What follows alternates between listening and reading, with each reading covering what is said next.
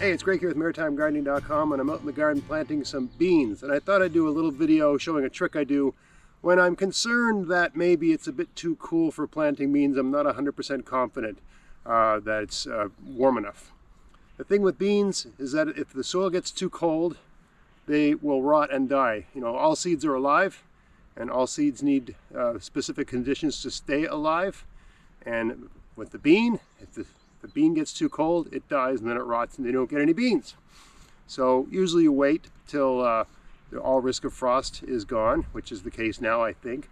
I usually wait till I see all the dandelions turn white. Ideally, even when all the white stuff starts coming off the dandelion, then you know it's good and warm. So we're past all of that. So I'm pretty confident that if I plant these beans, they're going to be viable, they're going to grow, everything's going to be fine. But there's a little trick I do just to make sure things go without incident. It also helps with germination, helps warm up the soil. So let me show you. First off, I'm just going to show you how I plant beans. Bring the camera in close. So I've already planted all the beans. I've got a trellis here. I'll show you what I'm doing, but just how I plant individual beans. All I do, I make the tiniest little hole, stick the bean in, and cover. That's it. All right, so just the amount of soil above the bean is about equal to the size of the seed. All along this trellis, I have a row of seeds on either side of the trellis, right next to it.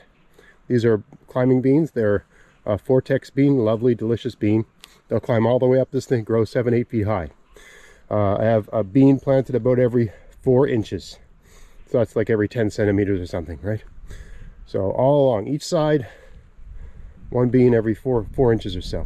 Okay, now because I have a trellis here, I can't put a little plastic dome or a row tunnel or a low tunnel over the beans because this trellis is in the way. But these little panels can make a kind of little tiny fake row tunnel. And you can see right up on the corner, I've got these little eyelets from a dollar store. And they help you attach them so they don't blow down. Okay, construction of these, I just use these little, what's it called, mending plates to attach the corners. All right, that's all I've done here. Then you just staple some 6mm poly, or any kind of plastic, whatever you can find on. And it should hold up for about 5 years because you don't leave them outside all the time, right? These are outside for about 1 month of the year, and then they go back in storage. So they'll last quite a while.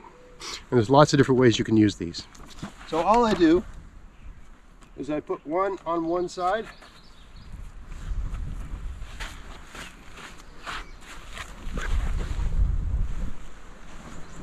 I put another on the other side. Then I get a little bit of string.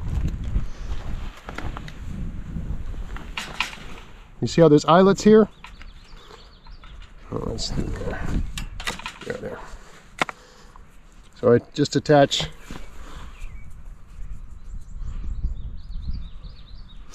the one eyelet to the other. I like using this cheap dollar store jute tine because at the end of the season I can just cut it and let it fall in the garden, and it'll break down, you know, because it's biodegradable. Using a reef knot, that's it. I just continue that all the way along. So let's get that done.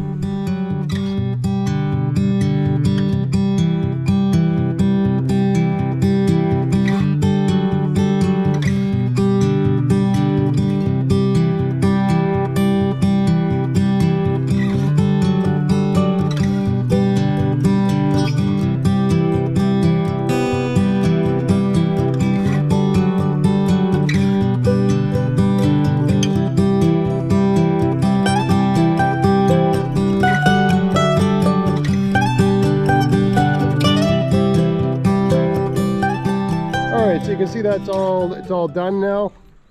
What I do is I tie these two together, and I overlap this end one with this middle one. The middle one actually isn't tied on at all, but it's like, I have this one, the outside one, tied on, and this one's on the inside, so it's just being held up by that. So it's just kind of slapped together.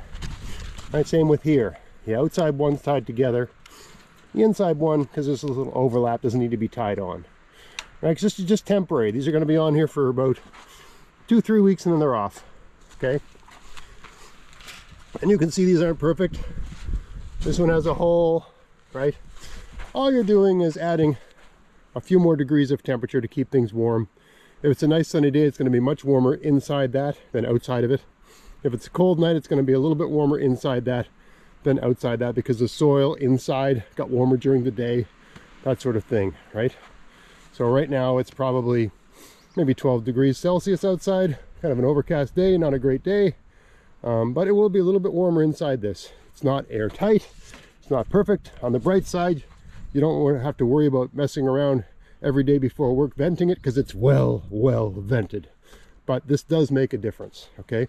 Over here, I planted these peas 1st of April using this trick. Peas are a lot tougher, they're a lot less likely to rot in the ground, and of course you can plant them when it's cold.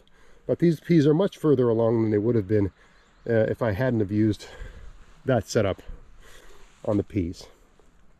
Okay, so lots of reasons to do it, but the main reason is just to be super confident that they're not going to rot in the ground.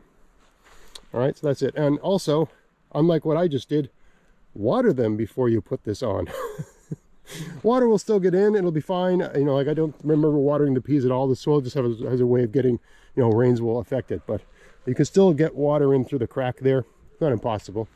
But yeah, it's a good idea to give them a good soak before you close it all in. Also, these can be lifted up. You can access it, right? Oop. Broke right off. I'll fix that. Anyway, easy solution, cheap solution, multiple uses, multiple ways to use them, and it helps you be confident that your beans are going to be fine and they're going to germinate. Anyway, just a quick video on how to get your beans to grow without too many things going wrong. I hope you found that interesting. If you did, please like, share, subscribe. Check out my podcast at maritimegardening.com. Check out my articles at maritimegardening.substack.com. Check out my sponsor, Vessi Seeds. Use my coupon code to get free shipping, GAVS25. There's a little clip at the end. More details on that, and even more details in the description box. Otherwise, until next time, get out there, get at it, have fun in your garden. Thanks for watching.